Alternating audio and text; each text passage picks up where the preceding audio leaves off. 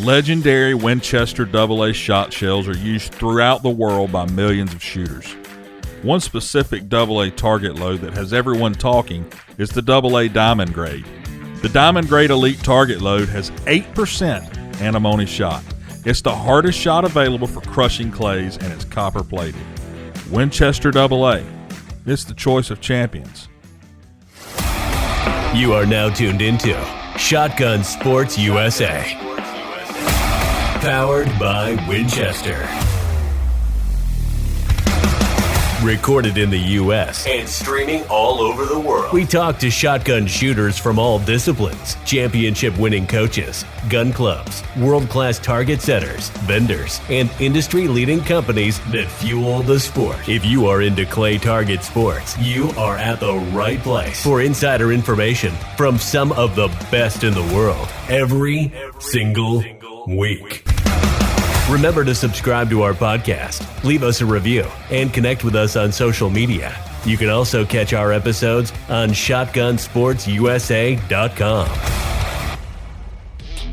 Being a brand name in the clay target industry, Rick Hemingway has said, "Have you ever noticed almost all major sporting events are being run by Promatic traps?" Think about that statement for a minute. He's right, and you may want to consider that before making your next purchase. Rick is the largest Promatic dealer specializing in individual and commercial trap sales. Rick provides skeet, trap, 5-stamp, and sporting clays, designs, installs, and service. He also offers accessories such as solar panels, wireless release systems, as well as the hottest item on the market, the Claybot by Renair Products. Visit www.backwoodsquailclub.com or give him a call at 843-546-1466. Castellani shooting vests are manufactured in Italy and internationally recognized by elite shooters as the most popular lightweight shooting vests on the market. Castellani vests are especially known for their Italian styling and superior craftsmanship and quality, making them a vest of choice for all shooting disciplines. Ultimate Shooting Accessories is the exclusive supplier of Castellani vests in the United States. Visit ultimateshootingaccessories.com for more information and to place your order.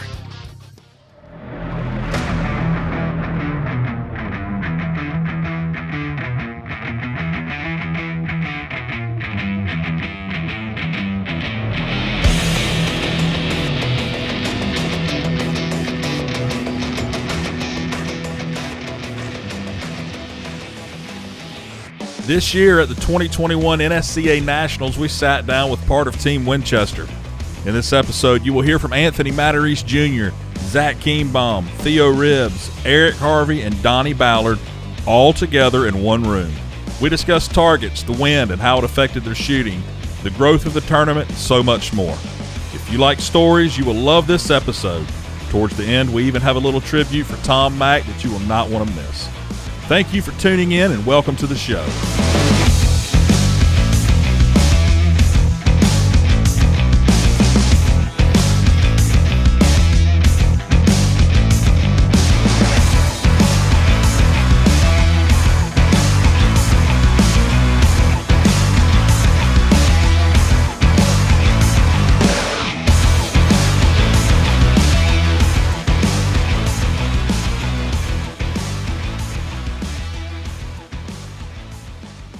...2021 National Championship in San Antonio with the Team Winchester guys. We've got Theo Ribbs, Eric Harvey, Zach Kienbaum, Anthony Matarese, and Donny Ballard. How's everybody doing? Pretty good. Everything's good. Well, man. I think this is the first time that we've had, I think, this many people on a episode and then this many good people on an episode. So I think this will be an interesting conversation about the targets, the wind, the tournament. Let's get into it. Tournament started last week, Saturday, Sunday. I don't know how that rotation was. I don't know if you heard about that. I wasn't here. I don't know. I was here. I came and dropped off my golf cart Friday because I live only an hour and a half, and then I came back down to 74 Ranch to shoot on Saturday, and yeah, the weather's perfect. Good. Yeah. So you thought you were going to have a good week. Yeah. And then you come in here shooting, what, Wednesday? Is that when it started? The wind was crazy Wednesday, and it's finally stopped today, which is Saturday. What you think, Eric? Eric's over here smiling. It's been a windy. Yeah. It's been a windy one. Been good targets, but Let's go into how the wind really affects the target. I'm not talking about blowing around. What are other things that wind can do to disrupt the game? I mean, just overall, so I started shooting on Wednesday. I shot the Super Sporting. I was shooting really well overall. I mean, I shot a 92 in the wind. I felt like I was shooting great. I could have hit 95 or 6 even in the wind. But, there's definitely some of my misses to start off. I ran the first 6, 7 stands and then just got in a stretch where they're pushing them down, So, like on that one stretch, there's some low birds because they throw low birds there with shot fall. And they would push them down and you'd have a low crosser hitting the ground 20 yards early, just making it extremely difficult to make a good shot, So the winds were at times, it seemed like they started 10 a.m. every day for Wednesday, Thursday, Friday, and kind of a sustained 20 with gusts to 40. Pretty much the same all 3 days. There's times that it's worse, but you're basically the targets. I was talking to someone yesterday, like, man, the targets were really hard. I'm like, I think the targets are awesome. But if you add 20 to 40 mile an hour wind on them, you have the followings happening. Some are just simply the second shot of some pairs. If it's a teal or something, there was simply some birds like when I shot the K-Cup that you're not going to hit them. They're 85 yards with the wind. And the next guy, the wind stops blowing for a second, it's 55, and then if you get a day like today, someone would be 35. So you got luck of the draw on that. What really happened, though, is everyone got affected basically Wednesday, Thursday, Friday to some degree in some event. If you got a good draw at 8 o'clock on your main event, there's a big, big difference. Okay. Yep. So if you had an 8 o'clock on your Wednesday or Thursday, it's a big difference. And it also depends on what course you shot. I shot yellow yesterday in the wind. It definitely made it harder. I don't think it made it that much harder, but if you had green, at the same time, I think it would have made it a little bit harder. Red, I shot red today. There's definitely some pairs and a lot of trap and quartering birds. If they come out and hit the wind, they're just simply not going to be where, when you pull the trigger, the bird might just simply not be where it was when you pull the trigger. So it becomes very random, so it's all of the above, from distance to the second shot of a pair to you pull the trigger and the bird, goes up 5 feet or down 5 feet. Just part of the game. I think that, one thing, I'm on the NSCA Executive Council, and it's been something that's been debated and talked about and has to get, approval from the council and then the main body at the NSCA, and then it goes out to shooters, is to get, say, some type of criteria to get the top 40 shooters on the same course, same time.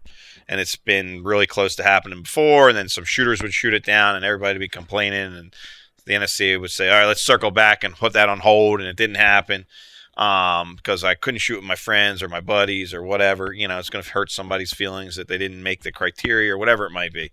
But I think right now the case for that, I'm about 95% certain from being on the council that next year at the national championship, the top 40 shooters will all be on the same course, same day, and that's what you get. If you don't want it, then you're not going to be eligible to win.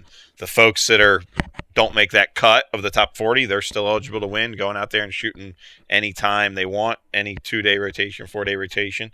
None of this is set in stone, but I think we got a good argument that that's going to happen for 2022. And if anybody was here and shot 3 days, and they have anything in the decision making that they don't have a really good any argument that wouldn't be the fairest way to host the national championship. Yeah, and that would be awesome too, because the sponsors like Winchester, to have all of the top shooters shooting at the same time, you're going to have everybody that's here that's not shooting at that time, their golf cart's going to be out on the course, and it's going to be a big deal. That's right. That's a good point. And that's everybody that they want to see is in the same area, and it might be a circus with all the golf carts, but it's going to be awesome. Yeah, it's the first I've heard of. It's not the first I've heard of the idea. It's first I've heard that it's probably going to happen. I think it's going to happen. Just, one, I'm going to push for it, and I'm on the council, and I don't know, if it's going to come to a vote. It's the only fair way to do it. I don't know if you vote against it, people are just afraid of all the what ifs and what if this and what if that, et cetera. But you set a strict criteria. If you make the cut, you're on that rotation. No ifs, ands, or buts. There's still a lot of details to iron out.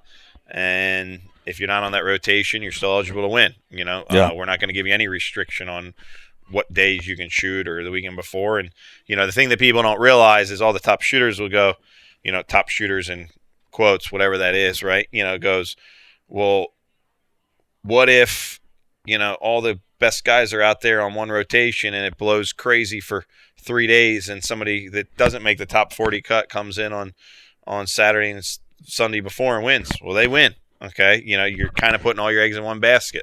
Yeah. So that's part of the, you know, you can't come up with a criteria that puts everybody on the same course the same day because there's simply not enough room. Right. So you got to narrow it down to 40, and you would think that your criteria is good enough to pick the top 40 guys in the country and that the winner should come from that top 40 most likely. Maybe it doesn't. You know, somebody gets a better draw and has a good week of shooting and they win, you know, and everybody's got to accept that guy as the winner, you know? Yeah. Yeah, I like that idea. You brought up Winchester, Donny.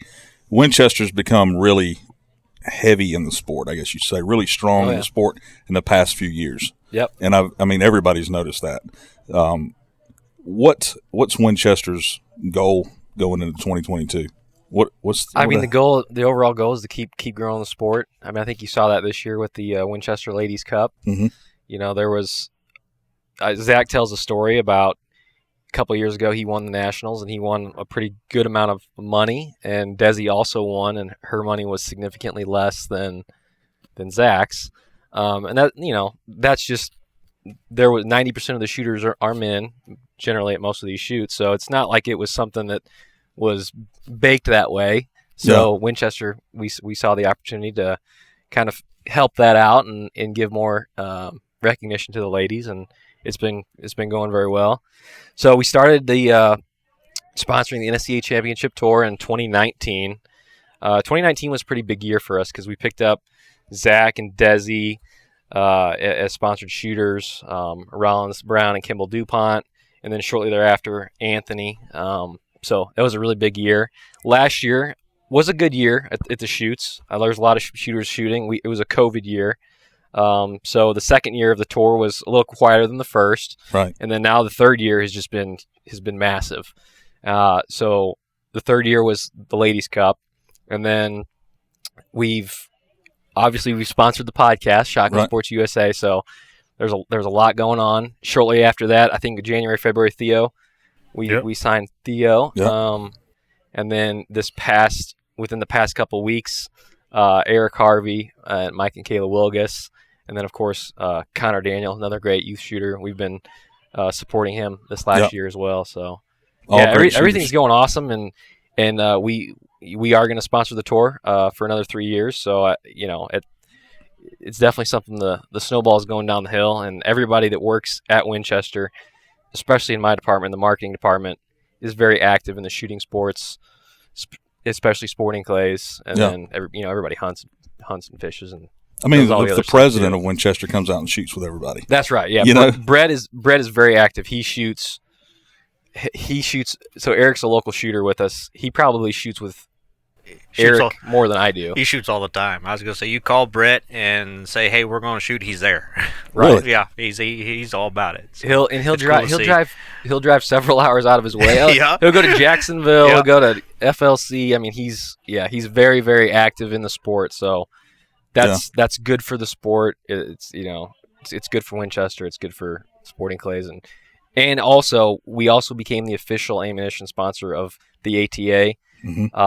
The Amateur Trap Shooting Association. So that's huge. That's a lot of trigger pulls. That's a lot of targets being broken.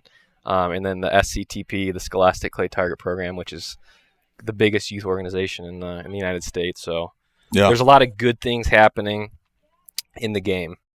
Yeah, Eric. Now that you're on Team Winchester, I know that's probably been a goal of yours to get a sponsorship like this. Yep. How does that feel to you? It's cool. It's an honor.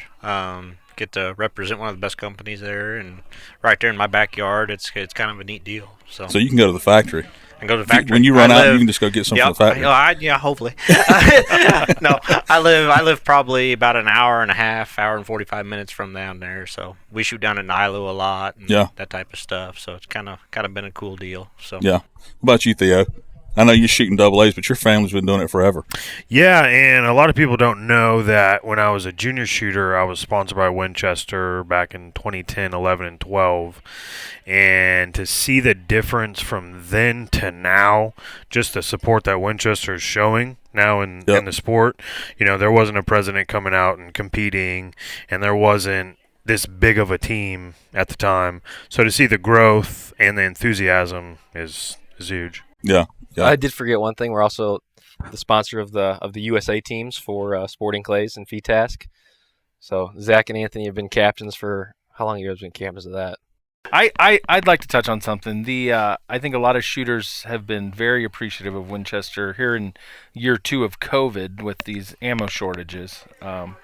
Winchester has definitely made a huge effort to make sure that these NSCA shoots, ATA shoots, SETP are taken care of. Yeah, we've made really good relationships with a lot of the clubs, including Anthony's club.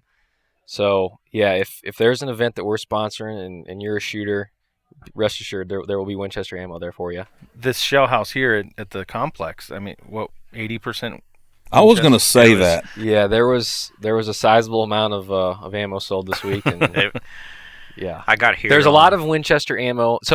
So kind of go back 5 years from now. Brett kind of had tasked, Brett, the president of Winchester, he wanted to see more red shells in the trash cans. That was kind of like because I've been coming to this event probably since 2010, and the trash cans were not always fully red. 3 years into this championship tour, I can tell you the trash cans at these events are full of AA boxes, full of AA hulls.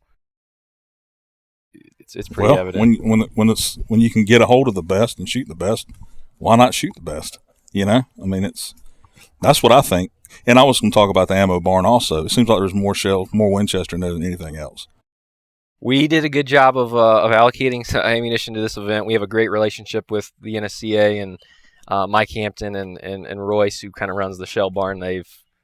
If they need something, we're usually there to help them. Something else. I've mentioned this to Tony.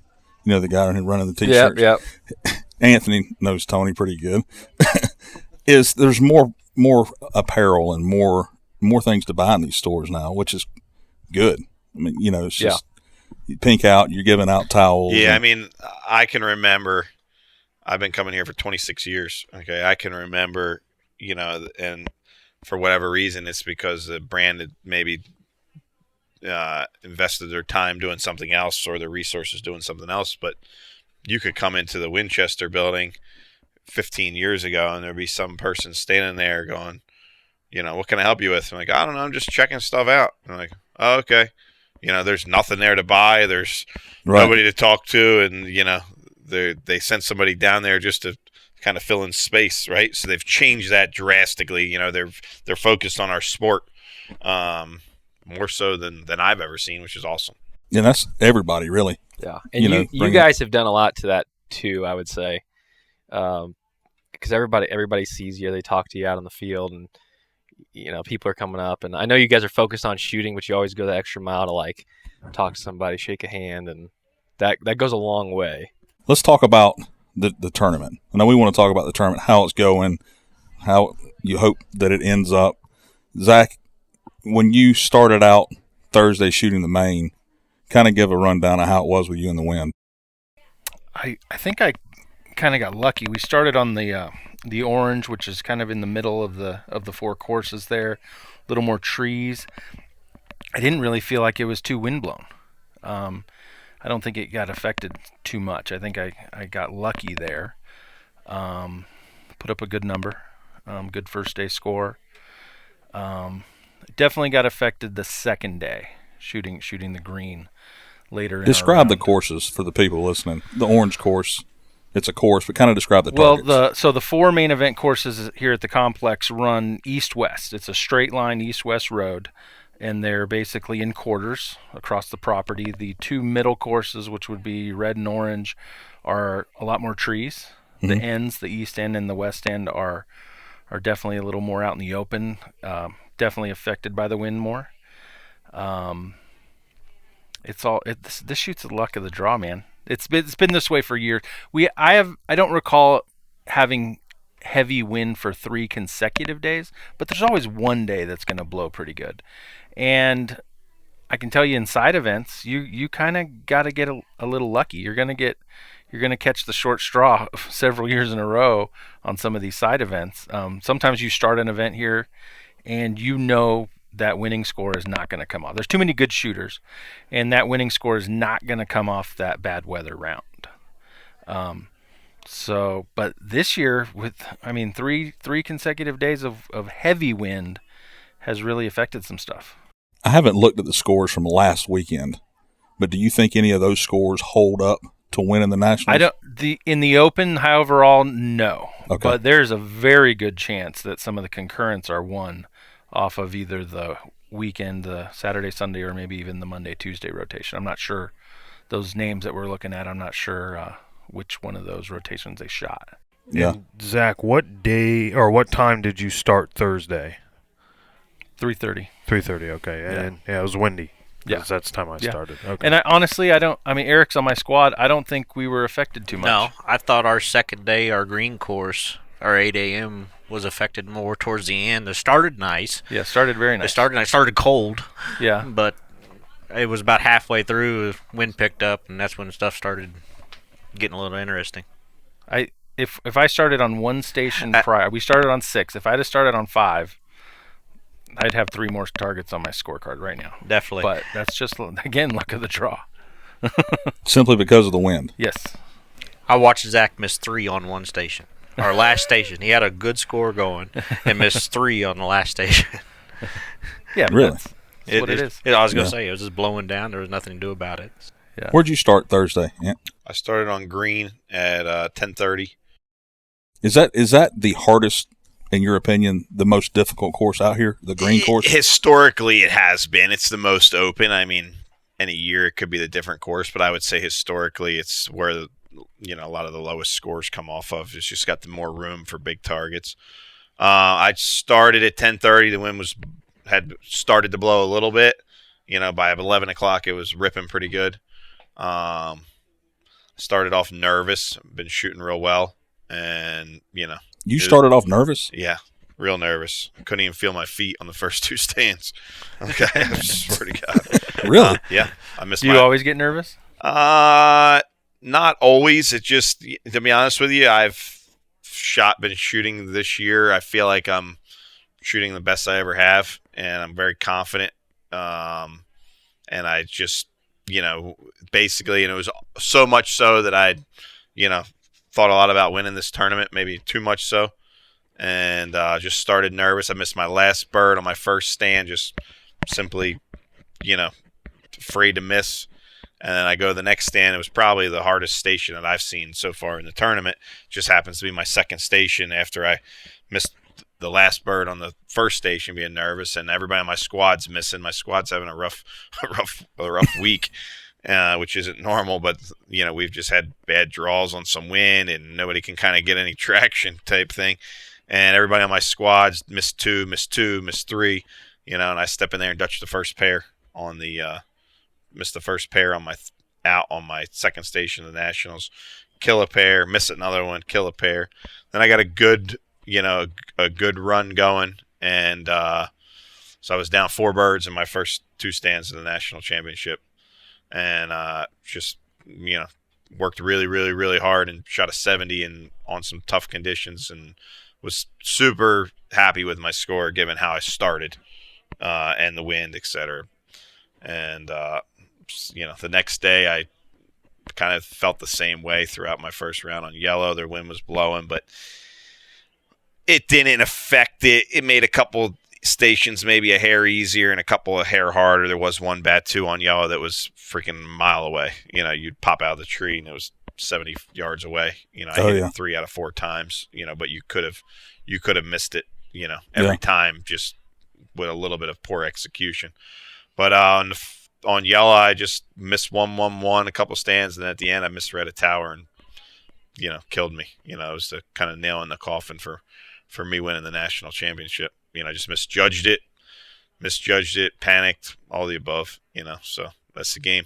The people you shoot with, your squad's Corey, yourself, Greg Wolf, and Travis Mears, right? Yep.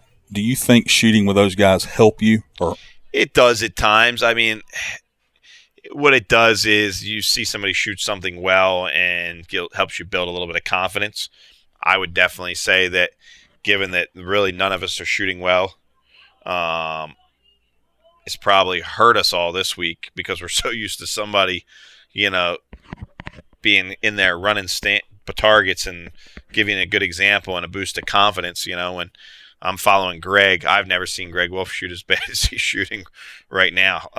He's my good buddy. He would agree with what I'm saying. Right. I mean, he's missing 2 pairs at a time, back to back, and that doesn't help, but none of us we're all kind of doing the same thing. And it's just, to be honest with you, it probably started a lot with the wind, because we've got out and we shot the Super Sporting the first day, and I shot well and didn't score well. We shot Krieghoff Cup at 3:30 on Thursday, which, for practical purposes, scoring was actual waste of time. Okay, it probably hurt everybody's performance throughout the rest of the weekend because we shot so poorly. Okay, there was stations where I missed. I had 2. There's a 96 on the board or something. There's 2 stands back to back that I hit half the birds.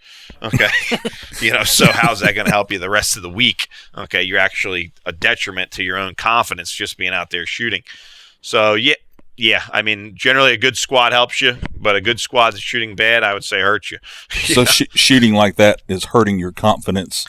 Yeah, it's just making you make bad decisions and doubt yourself and shoot something where you normally wouldn't shoot it, and it's not helping, and if you look at the scores overall for all the classes, right, that's a big part of why, and I hope the people that are here shooting understand that the target setters, I think, have done an excellent job. I think the targets are really good. I haven't seen a bad target yet.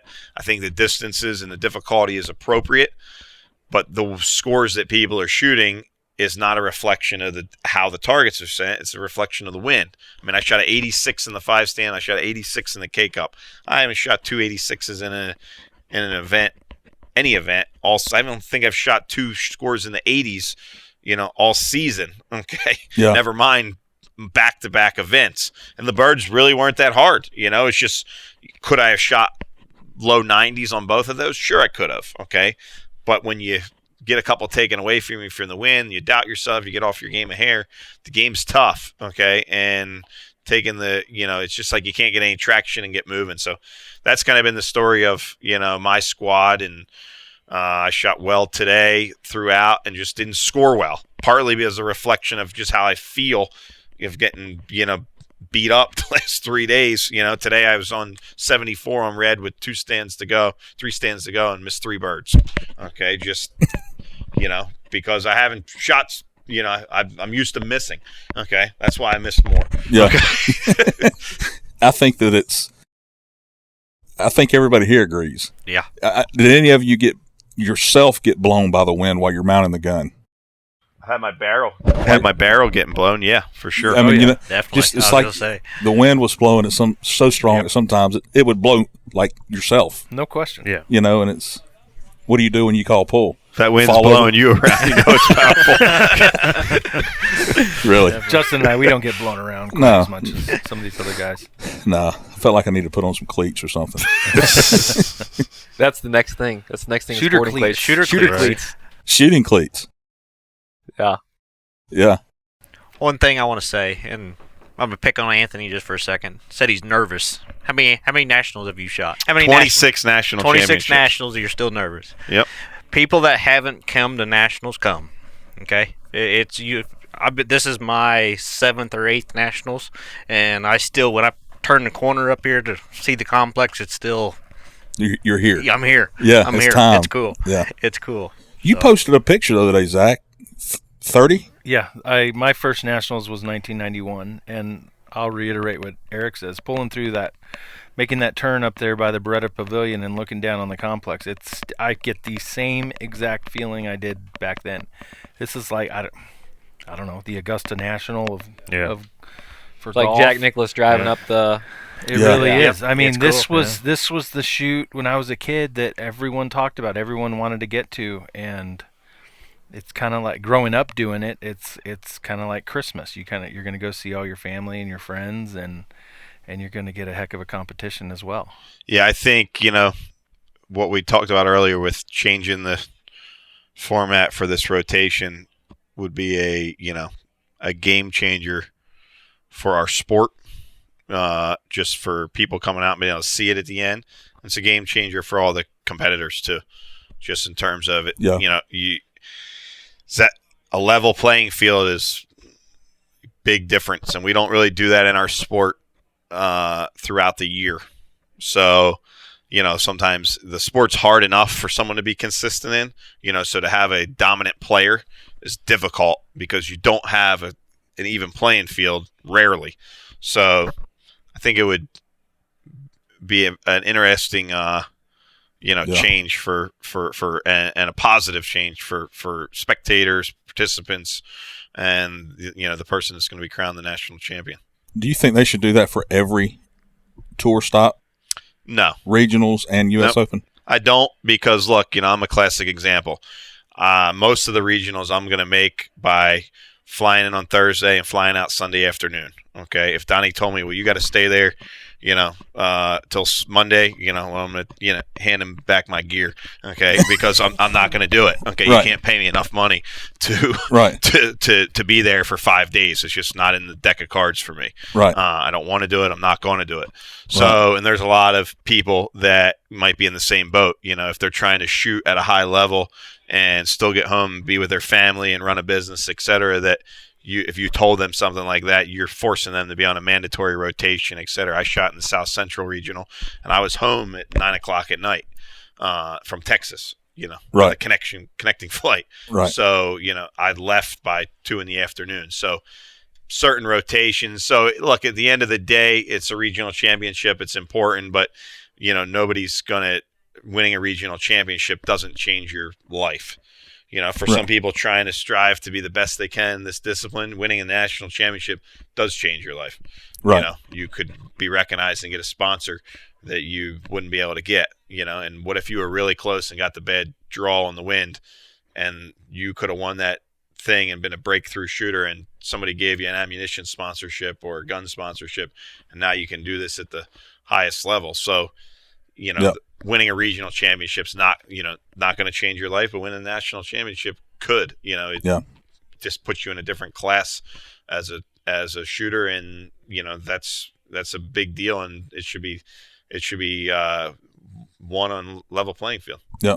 Are all of you in on that idea? Oh yeah, 100%. Yeah, I would think it's so. a good It's the idea. only way to go. I do Yeah. believe Rick Hemingway at the U.S. Open next year is going to have a championship rotation. He is Very, very Yep. similar. So it's basically with him doing it, and then with what we're trying to do here, it's kind of if we can get it done for those, it can make it a precedent for U.S. Opens, and then I think it's Well, important. the next question people are going to ask when they hear that is that mean there's going to be another class? No, because you're shooting the same course and the same targets, and you're basically just trying to say that the odds are that someone in this 40 wins. That's the odds. Okay? Right. I don't think anybody would disagree with that. Doesn't mean it's a guarantee. That's Right. that's the odds.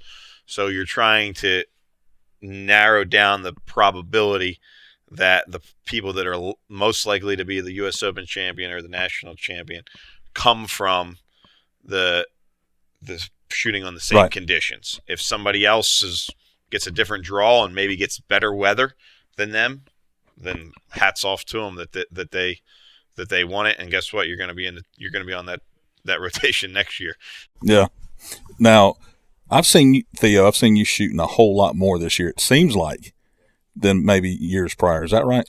There was a stretch from about 2007 to 2010 or 11 where I was shooting even more than I am now. Yeah.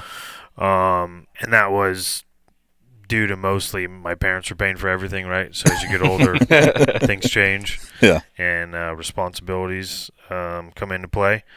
But, I'm shooting a lot. Obviously, Winchester picking me up definitely helped a lot. And just a hunger for the sport in me kind of came back wanting to compete, and now I'm teaching a lot more.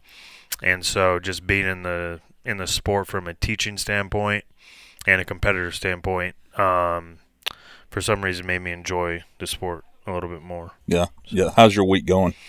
Yeah, pretty good. I started at 3:30 on Thursday on yellow, and it was tough. I started on a stretch where the wind was blowing the birds out, and so we got to a Batu station. I think Anthony touched on it, and I've never seen a Batu make a full flip, but on that station I did. Wow. And it was crazy. And you could have taken it at the top, but for me, I felt like I didn't have enough time to really connect with the bird, and I would have kind of just been thrown at it. You're just poking at it Yeah. at 70 yards, 65, 70 yards. I shot my first shot at the top, thinking, when it comes out of there, I just got to get in front of that thing and take it, and I missed it. Yep. And it felt like a good shot. So then I let the next ones kind of roll down a little bit, and it would basically almost go back on edge before I fire, at probably 65 yards, 70 yards. Every time I broke it, I was surprised I hit it. I was the same way. I took it on the drop every single time and hit it, except for my last one, and that sumbitch was like 90 yards. We just got a hard gust, and I was like, okay, and then it got flat, and so you got less bird to shoot at. And so, it was a tough course to start on. I mean, I got to the tower, and in the wind, that tower was ridiculous. I mean, it's already hard enough, I'm sure, without it, but I mean, that midi, the first bird's, dropping 5 to 10 feet. And it's, what do you think, 55 Yeah, yard? It's a pretty good pro. Probably shoot it quick, it's probably 45. Right. And so you just got to have good timing. And I only missed one there, so I'll take that. I ended up shooting at 67. Missed a couple on a Rabu station. I gave too much respect. I just got quick on it, and the wind's pushing behind it. So I thought it was moving quicker than it was, and shot out in front of it twice. And just made a couple mistakes, but I mean, it wasn't a terrible start to the week, but I knew I had to shoot in the 70s the rest of the time. Yeah. So, well, people that have never been here and they're hearing that Anthony shot a 70 and you shot a 67, they're shooting out of 75 targets, okay? So it's not out of 100. So you got 4 days of 75 targets. So it's been interesting to me just to watch the scores, because you never know. I mean, like when I saw Greg's scores, I was like, I've never seen Greg post a score that low. Yeah, he's the wind's not helping. He's struggling, and it's in his head. And I mean, he's excellent shooter. He's just, the game's tough, and it's a world champion. Right. I mean, I saw Comerford, your buddy John. I asked him if he was shooting with you, Zach, and he said no. Why not? He had to do something with work with the NRA. Isn't that your lucky charm? He is. I've He's at a podiumed fundraiser today a in lot Dallas. of these damn things with him. Really? Yep. He raised $2.4 million for the NRA. Really? Wow. I gave him some Winchester shells because they ran out. So he had hit. I told him, he's like, "You got any extra shells for me?" They ran out of shells. There's a fundraiser they're shooting, and I got 6 boxes in my car, but I need them for tomorrow. I'm like, just give them away. It's your thing. I got 6 boxes for you. So Winchester helped them raise $2.4 million today. John's the guy that sells all the shells at M&M at all the big shoots. Yes, I actually had a lot of fun selling ammo at the shoot. This shoot, I feel like I hung out more in the ammo barn helping them sell ammo than actually at our little table that had our banner and everything at it. So he's a professional. He told me, we did that podcast with him, and he said not everybody, but a lot of people came up to him and asked him about his podcast working in the ammo barn. So you got a guy from the NRA in the ammo barn. Yeah, John and I went to kindergarten together. That's the reason why he's in the shooting sports and everything. You're sitting here, and the 4 of us have combined to shoot probably 80 nationals. If you think about it, I'm 17, 26, 38. I mean, that's crazy. And we're talking about, how, the butterflies in our stomach when we come to this event. That much experience, it still means that much to us. I never would have thought that. Well, I never would have thought that. yeah. And so, Anthony, you've been on a tear since, I would say, November of last year. Yeah, I mean, So he won the World Fee Task, Mhm. the U.S. Open, couple runner-ups at some regionals, and for you to say that you've had some butterflies is like amazing. to me. Yeah, I've been really confident in my shooting, and it's partly, it was kind of a learning experience for me, this Nationals. I'm really confident in my shooting. If I set my mind on something, it generally, helps. This scenario, I'm not really sure. To be honest with you, it probably, I started off really well in the super sporting the first day. Confidence is such a huge part of the game that if you know you're going to hit them and you know you're going to win, you're probably going to win. If you're hoping you do, you're doing exactly that. You're hoping. It's probably not going to happen. If you think you will, you will. If you're not sure, that means no. Okay. So like if I would have got off, ran a couple stands on the super sport and shot, I was this close to shooting 96 or 7 in the wind. People were like, man, that 92 was good in the wind. I'm like, no, I could have had 96 or 7 in the wind. If I would have done that, I would have started off the next day a little bit different frame of mind. And, I feel like if that would have been the case, I'd be down, 8 birds in the main event in 3 days. That's how I feel about my shooting, but that's it's fragile, Yeah. once you break it, It seems it's like hard to get it back together. It seems like there's a lot of times where people go on a 1-2 year run and then it kind of dries up for a little bit and they come back. Like Zach, explain that a little bit. I don't know if it goes in years. I've always explained it to my students and stuff that I feel like you go in like a 3 to 4 month kind of Like a ride funk, the wave, yeah. kind of on a 3 or 4 month high and then down another few months. And you got to peak at the right time. That's the. Yep. As I've gotten older, I think my valley or my low is higher than it's ever been. I think that's obvious. And shorter, right? So that's that's the goal. But I've been in every scenario here. Literally everything that could happen to you at Nationals has happened to me. And it took me, I think, my 25th Nationals is when I finally won HOA. So that's. So you're telling me I'm doing good. This is only You're my doing 26th awesome. one. And I can remember not that long ago, maybe 10 years ago, Anthony texting me on Thursday after I finished my round. How'd you do? And I'll tell him like, oh, terrible, 61 or 60. And he's like, oh my God. What the hell are you doing? Yeah. After I won my first one, definitely, it shows in my whole, all my shooting. Once that monkey was off my back, it all became easier. Yeah, I think what happened to me, this is what happened to me this year, and I'm still shooting okay. I had one, if I take back the tower that I messed up, I'm right in the game, Yeah. But I'm actually, for how well I feel like where my game is, I literally feel like I could miss 1 or 2 birds a day so far, and that would be it. Okay, I should be down 4 birds. That's what I feel like, even with the wind, which is, might think as an exaggeration, but that's how I feel about my shooting. So, that's why I've been shooting well.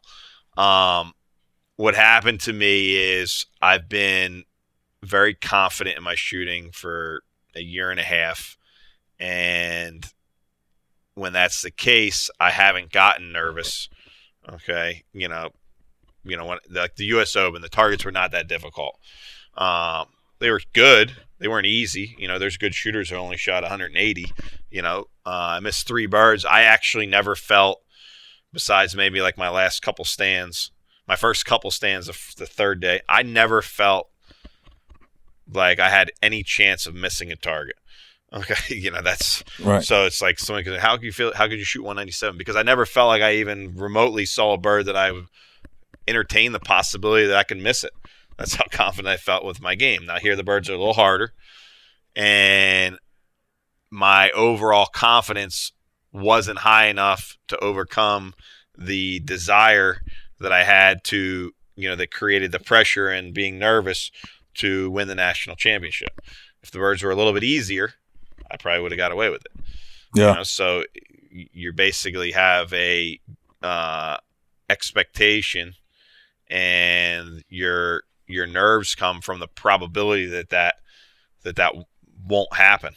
That's where your nerves actually come from, or fear that it might not happen. So the birds were just hard enough. I happened to start on what I would say is the hardest station I've seen so far.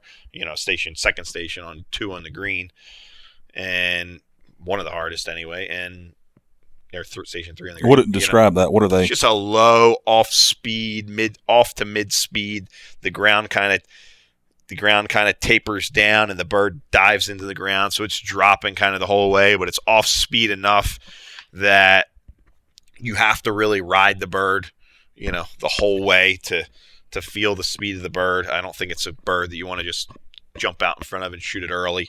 So you have to have good control of the target. You got to be under the target, and you got to spend some time with the target. So when you're nervous, what that means is you're more likely to get careful and check the barrel, etc. So I did that on the first one, panicked, missed the second bird of the pair. Now at that point you're coming unraveled. Yeah. So anybody that shoots knows exactly what I'm talking about, and that's basically happened to me. And so you get nervous because you want to hit the targets, and you have just enough doubt in the back of your mind that there's a probability that it's not going to happen.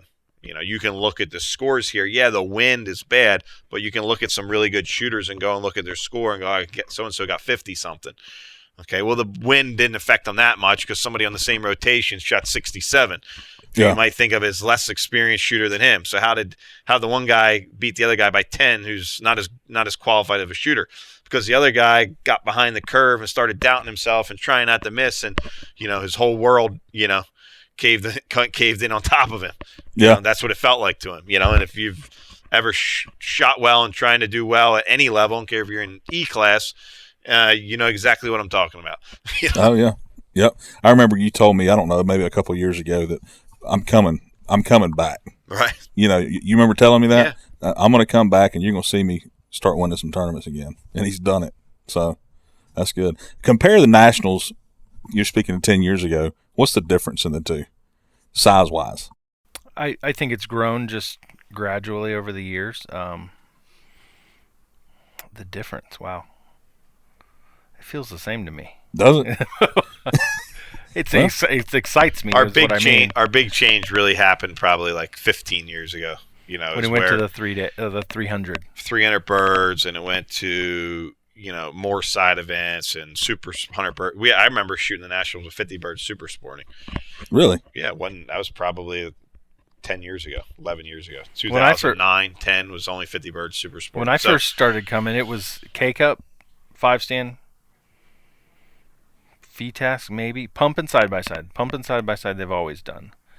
And that was about it. Subs were 50 birds at one time. Yeah, subs were 50s. They were not everyone did just grown gradually. There's more people. There's more vendors.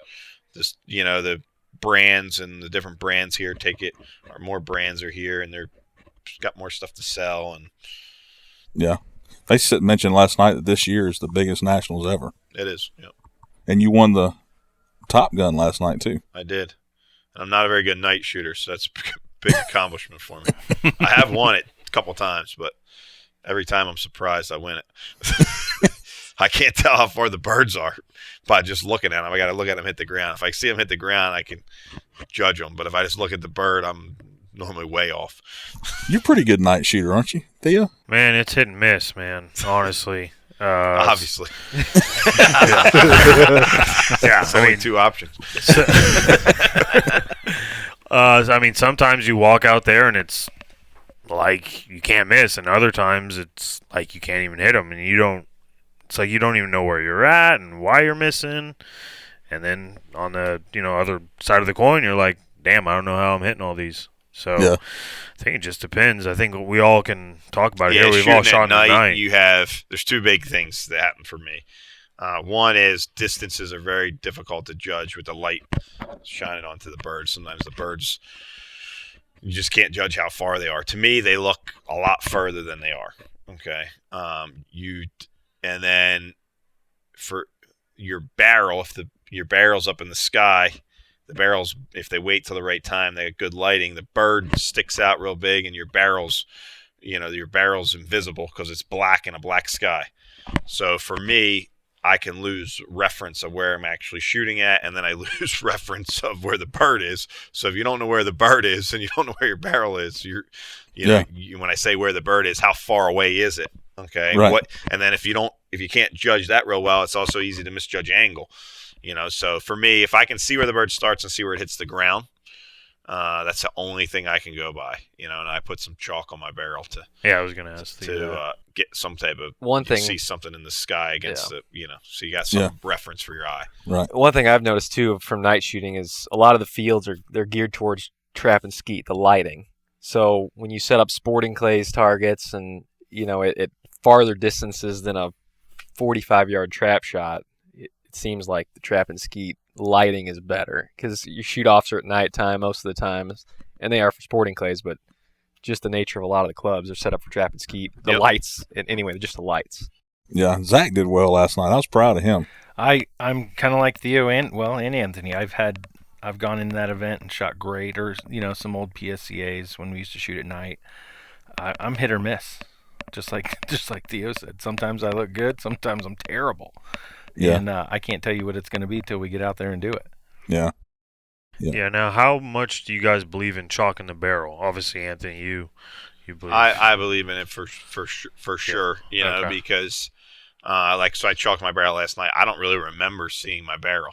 Okay. Justin filmed it or whatever. He was out there filming. I don't remember seeing my barrel. Now, do you do the whole barrel or half? The whole thing. Okay. I just used an ibuprofen because that's all I had. Okay. And you're just doing the rib? Whole rib. Okay. Okay. So you're trying to have a reference. So if someone says, I want to get in front of this bird and lead it because it's far, well, then you're going to get what in front of the bird? The barrel. But if the barrel's black and the sky's black, you can't see it. So I don't remember seeing my gun really all night. But every station, when I'm planning the birds, I know kind of if I'm going to start on the bird or in front of the bird or build in a big gap or start close to the bird and run with it for a second, just let my eyes open up the lead. So I plan what I'm going to do, and then when I stepped in there, I really just looked at the bird and kind of let it happen. But I was very diligent prior to getting in the box with my plan of how the shot's going to take place. During the shot, I just remember seeing the bird. So, I guess you could make the argument that I wouldn't need to chalk my barrel, but I think that I see it peripherally. And my subconscious sees it, and it helps me tell me when to pull the trigger.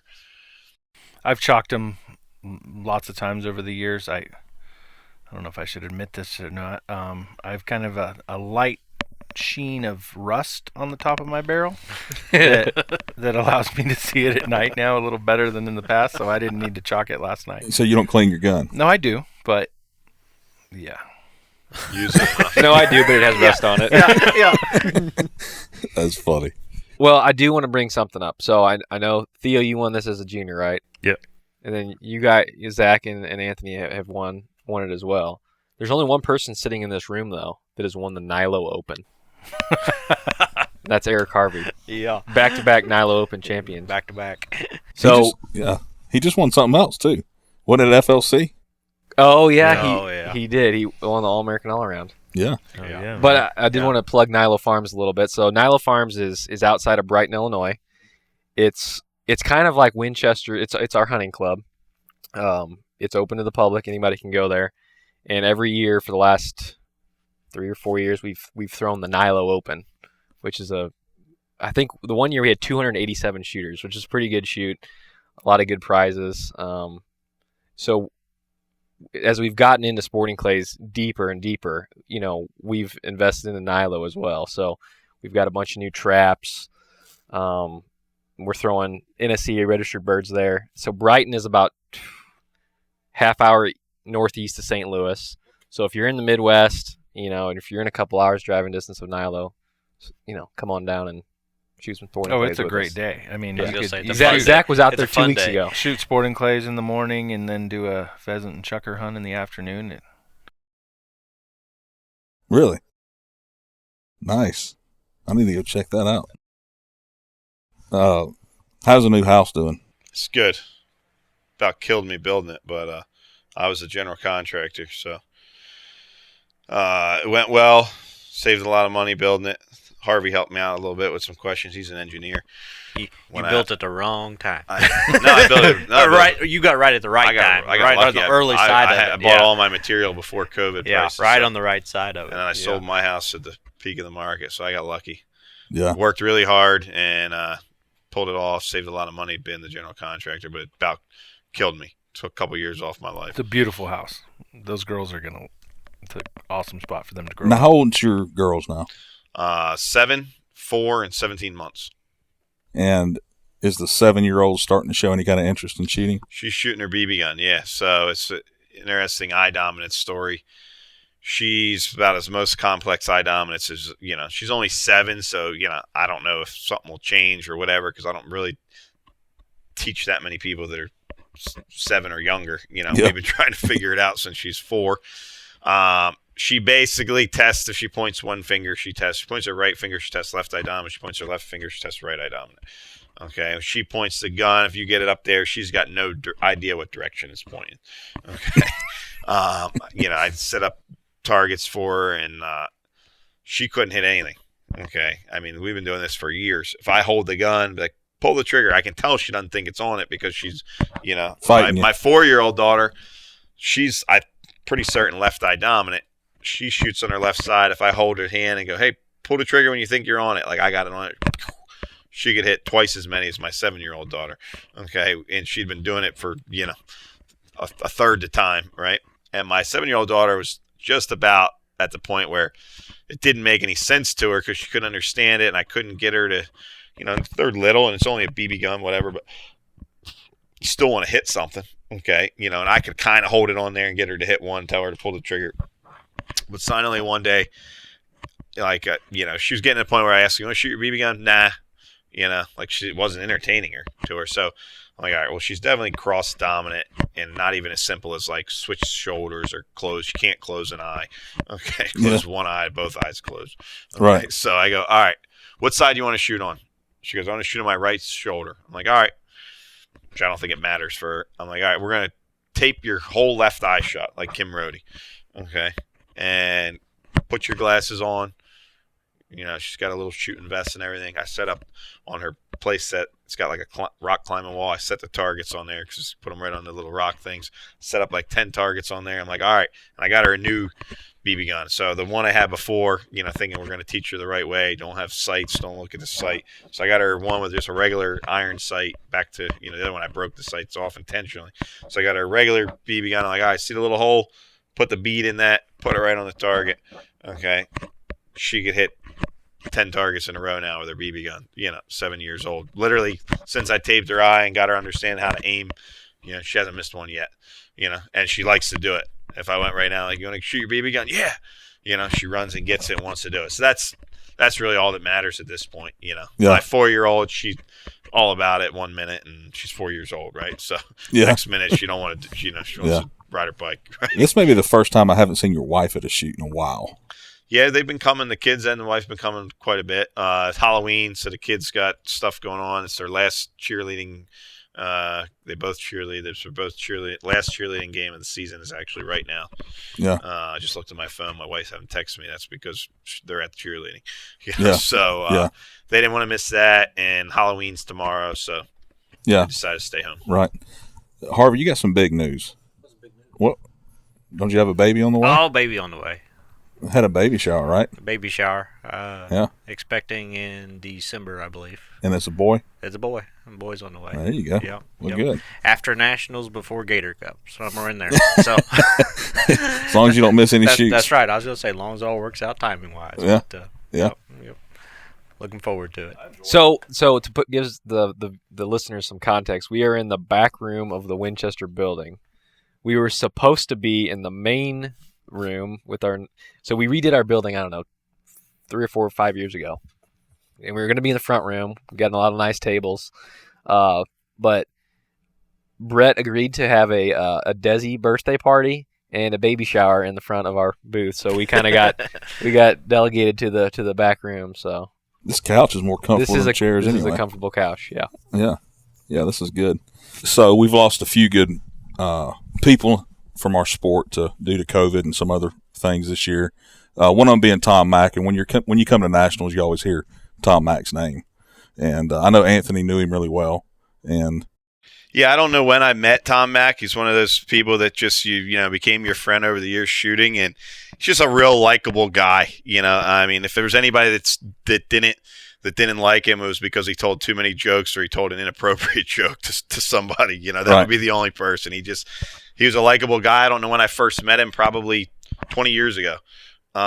He's kind of one of those guys, always been there. He had a moment in his career, sometime in his career, probably 10, 15 years ago when he shot real well, and he's been on the scene and at major shoots for a long time. He's just a likable guy, nice guy. I think most people, if you got squatted with him, by the end of it, you considered him your friend. If you ever had a complaint about him, it was because he was making jokes when you were trying to shoot.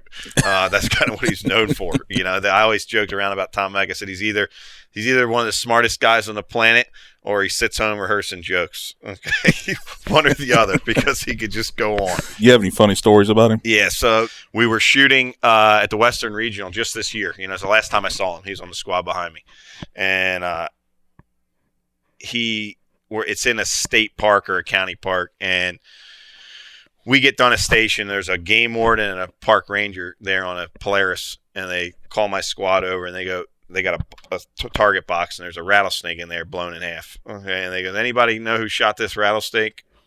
I'm like, no, and I don't think anybody, if they did, would tell you, but right. Yeah, nobody knows. Okay. Yeah. So as we're about ready to get on our golf carts, Tom was on the B squad behind me. His squad pulls up, and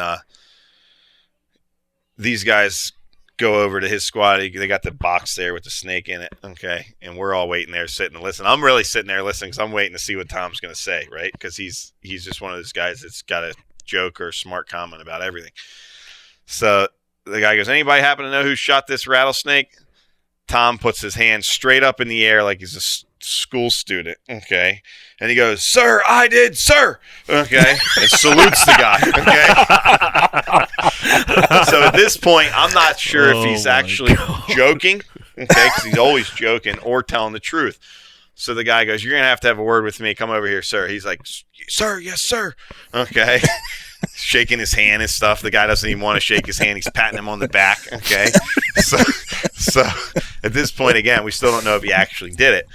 So the guy wants him to step aside. He's like, I'm not going off the trail. There's rattlesnakes out here. Okay, so because Tom wants to stay near the group so everybody can hear him.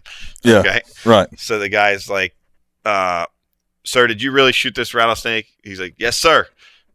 And the guy is now very struck because he can't believe that someone actually admitted, okay, that they've done this. Okay. Yeah. So the guy goes to Tom, he goes, Do you realize it's against the law in the state of Arizona to hunt and shoot game in a state park or county park, whatever it was?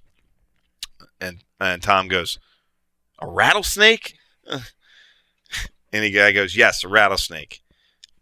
He goes, can't shoot them? The guy goes, no. He goes, well, with all due respect, sir, he goes, I was not hunting. Okay, we're just out here shooting clays.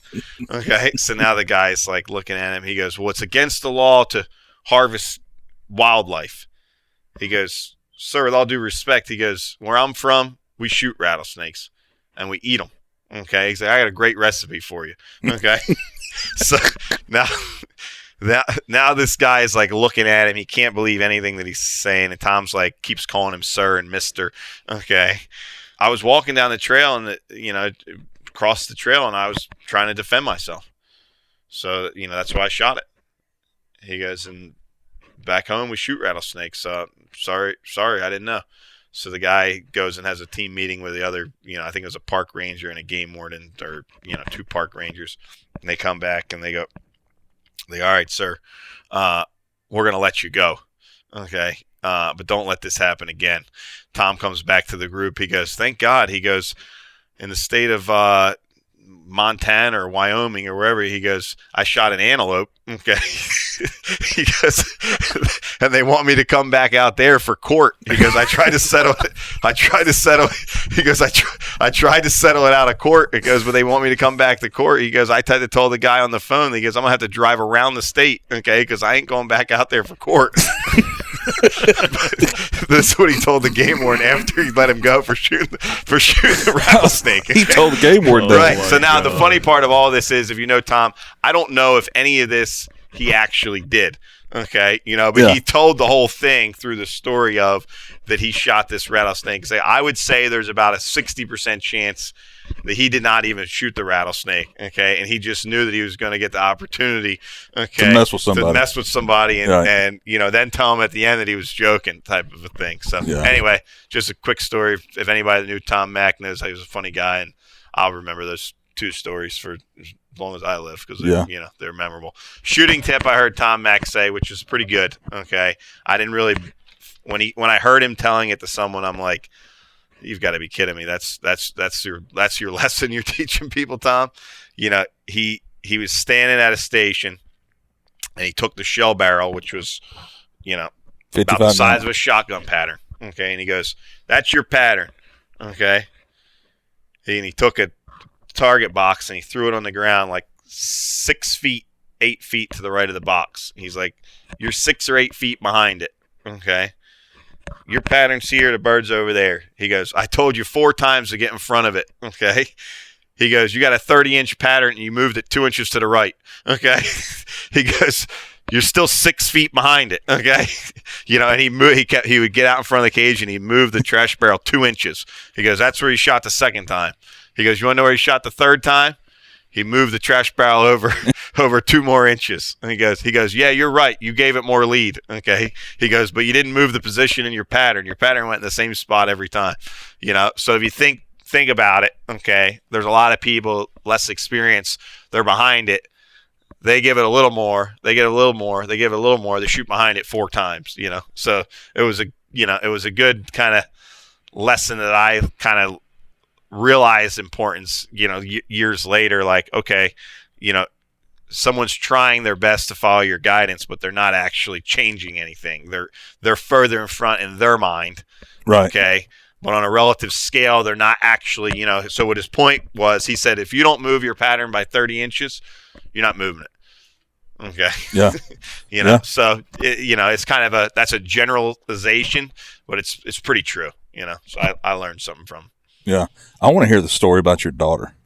Anthony's kept telling me, I got a story I'm going to tell you about my daughter on the FETAS field. Is that right? So the context, you need the context of it. So okay. My daughter, so the context is it was right around the time I said I'm going to get back into doing some tournaments. 2020, COVID hit.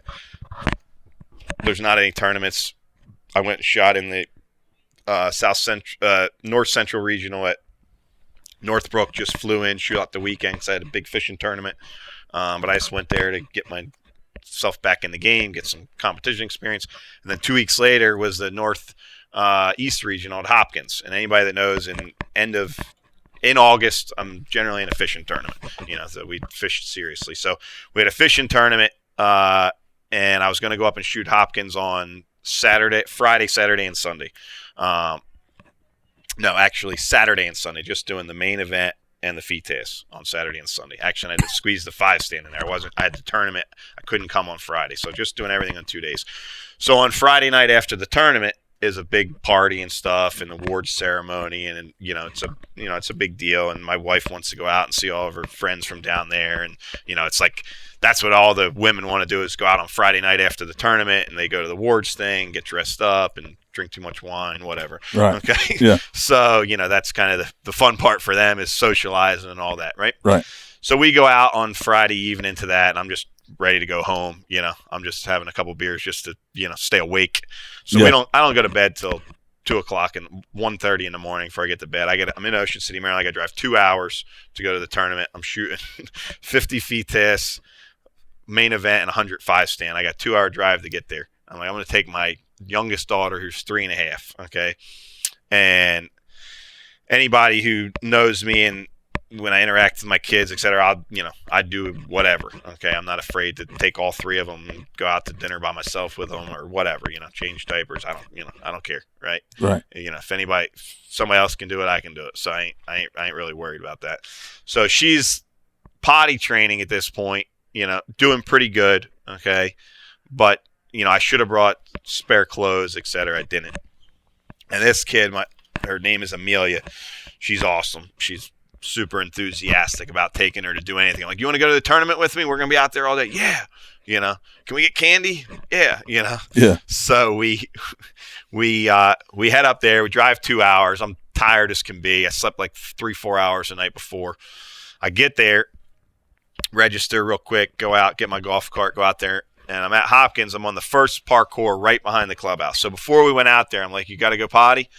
She's like, yeah. So we go in the bathroom, okay? She's potty training, so, she's 3.5, okay? She'd basically been potty trained and lost it a little bit, and does fine going pee and sometimes not going number 2, whatever. So she's like 3 and not quite 3.5. So I'm like, you better go to the bathroom before we go out there, okay? So she goes in. She's 3.5, and I'm like, she's like, I don't want you to come in. Okay, so I'm in the men's room, standing out the stall. So she goes pee. We go out there. We're on the first feet test. So I get out there. I haven't shot since I shot in the region. I hadn't practiced that much. The targets are extremely difficult. Okay, if anyone shot in that region at the Northeast Regional Hopkins, the targets were extremely difficult, and the feet test very edgy. Okay, I mean, they're tough. Get on the first peg. I run the first peg. Run the singles.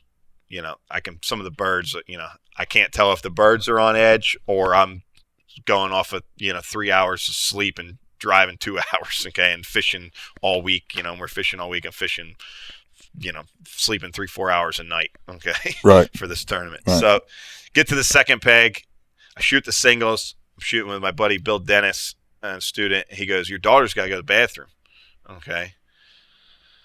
And I'm like, she should be all right. We just went. Okay. So I'm like, Amelia, are you all right? She's like, yeah, I can hold it. Okay. I'm like, all right. So the clubhouse is right there, but I got to run around to the men's room, and I'm in the middle of feet test. You can't leave and go to the bathroom. Okay. I got to, you can't pee in a bush. Okay. There's people everywhere. It's close to the clubhouse, right? Right.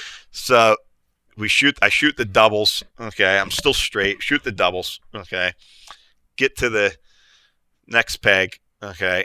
I shoot the singles. I'm first up on the singles. I shoot the singles, and I come out, and I'm like, are you going to make it? She's like, I got to really go bad, okay.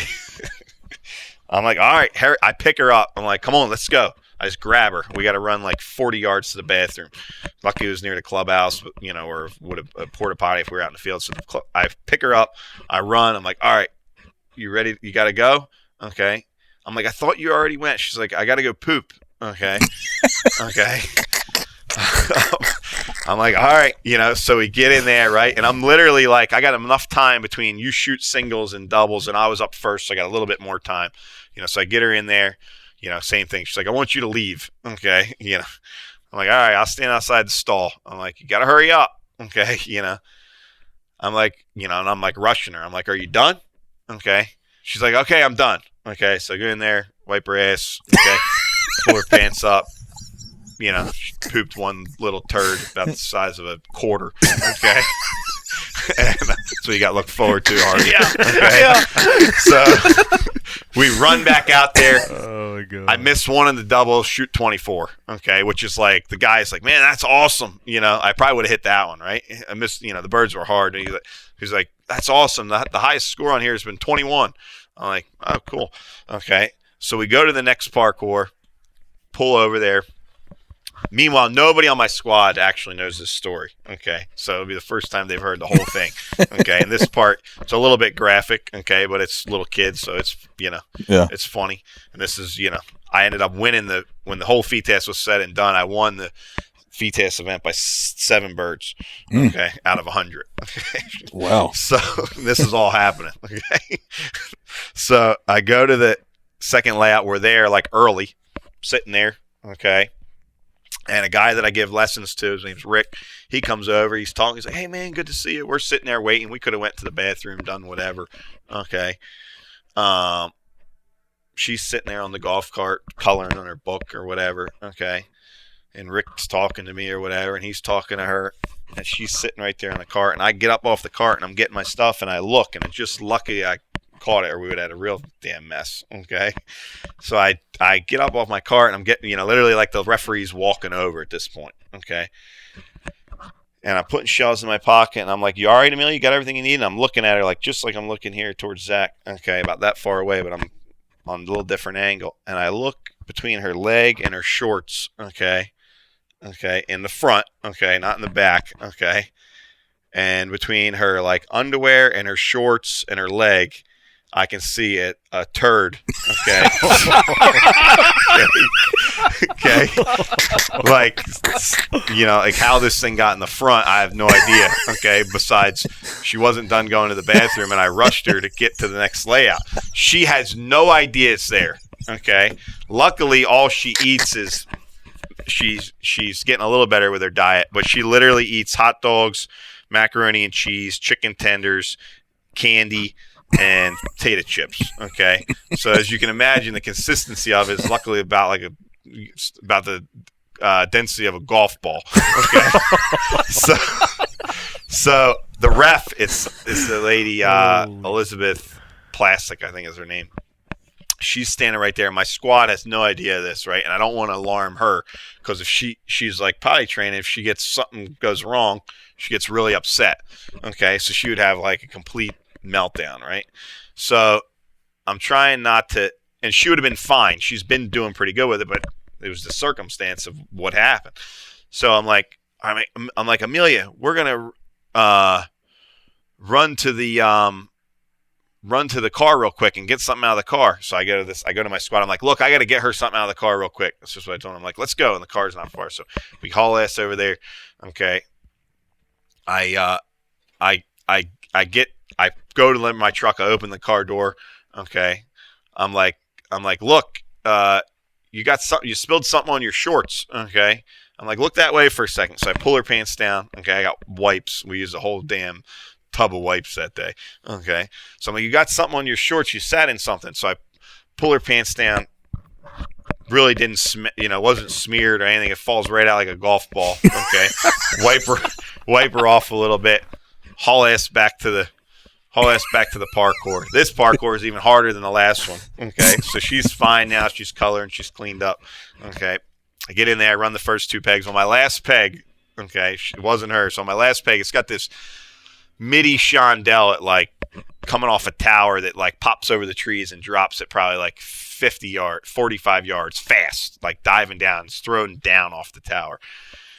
And I've hit it every time, like crushing them. The first peg had a couple long birds, and I just got lucky and broke them in half. And, it's like everything's going my way. Okay. I get on the double. This guy in my squad goes, I literally step in, okay, to shoot the double. He goes, how much have you been leading that midi? Okay.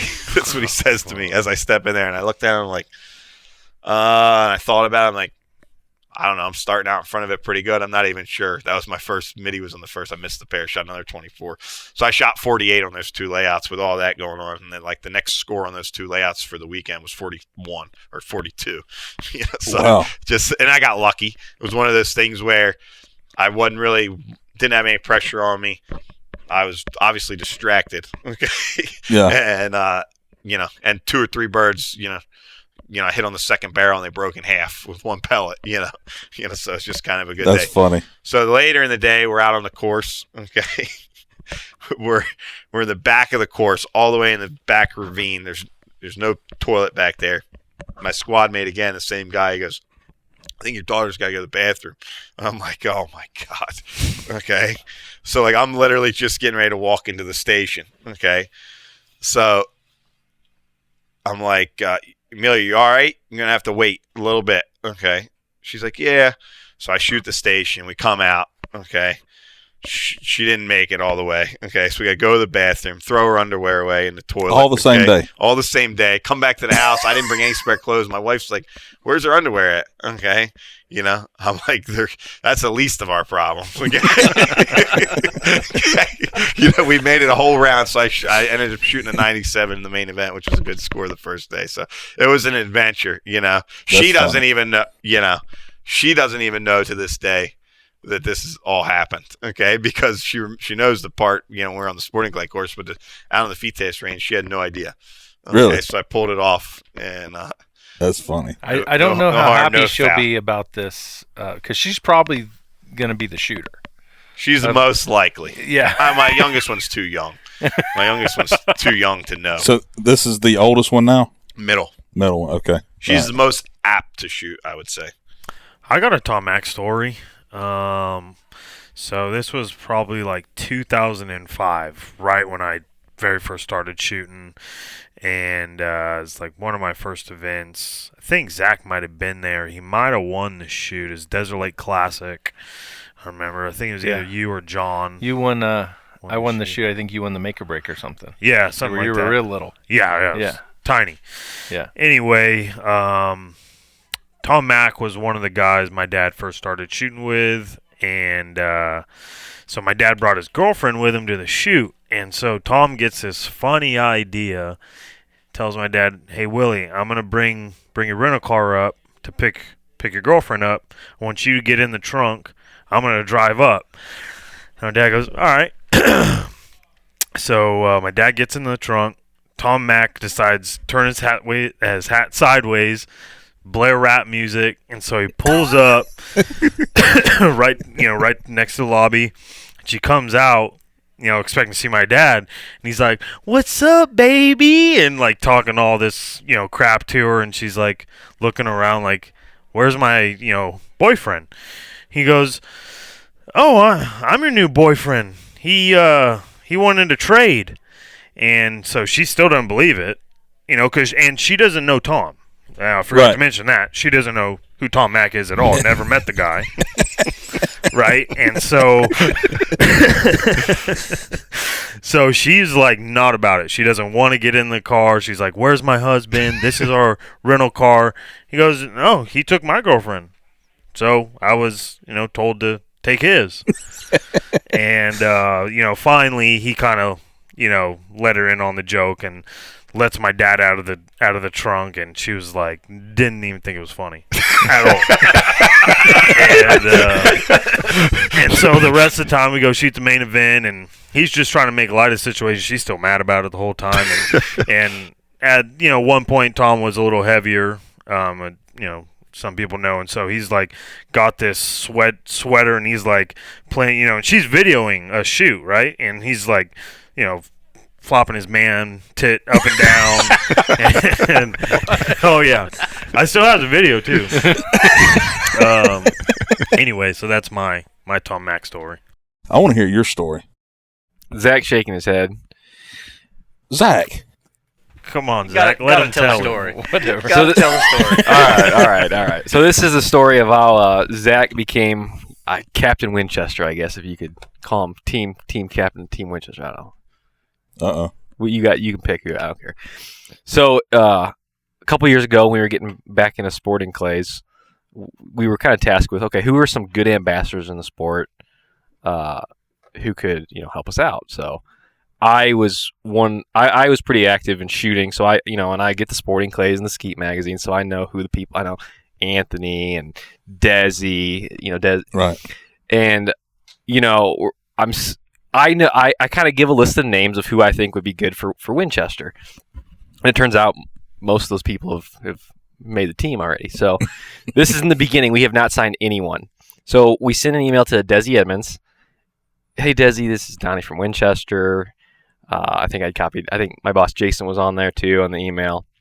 And she's like, "Yeah, cool." So we scheduled like a call, and we talked. I think we talked to her maybe like a half hour, and kind of just like, "Hey, Desi, we're getting into sporting clays, and we see all these accomplishments that you've had. This is probably 2018 or so." So we kind of hash out the details, and we're like, "Okay, yeah, Desi Edmonds, she's going to be on Team Winchester." And we get this random email one day, and she goes, "Well, my boyfriend shoots too." And so she sent it to my boss, and my boss is like, "Do you know Zach Kienbaum?" And I'm like, he probably pronounced your name wrong. And I'm like, "Yeah, I've seen his name in the Sporting Clays magazines." Like, yeah, I was the national champion. Yeah, okay. But, like, I was like, yeah, I've seen his names in the magazine. So I don't know, maybe like 2 months later they came out to Winchester, and we had an in-person meeting with both of them, and we fell in love with both of them, obviously. But that's kind of how we got Zach Kienbaum. So funny. So Desi got you hooked up. Yeah, it was all Desi. It was, yeah. It was all Desi. That's funny. I think it's worked out pretty well. It's worked out pretty well. I think you Zach, every time I tell that story, he shakes his head and he's just kind of. It's a good story, though. Now, did you tell Desi to email him that? I don't remember. I think they were on the phone or something. Oh, and Zach was super geeked out too about Winchester when he came the first time and kind of like saw the building and everything. We went to the offices. So you went as a guest. Yeah, oh yeah. No.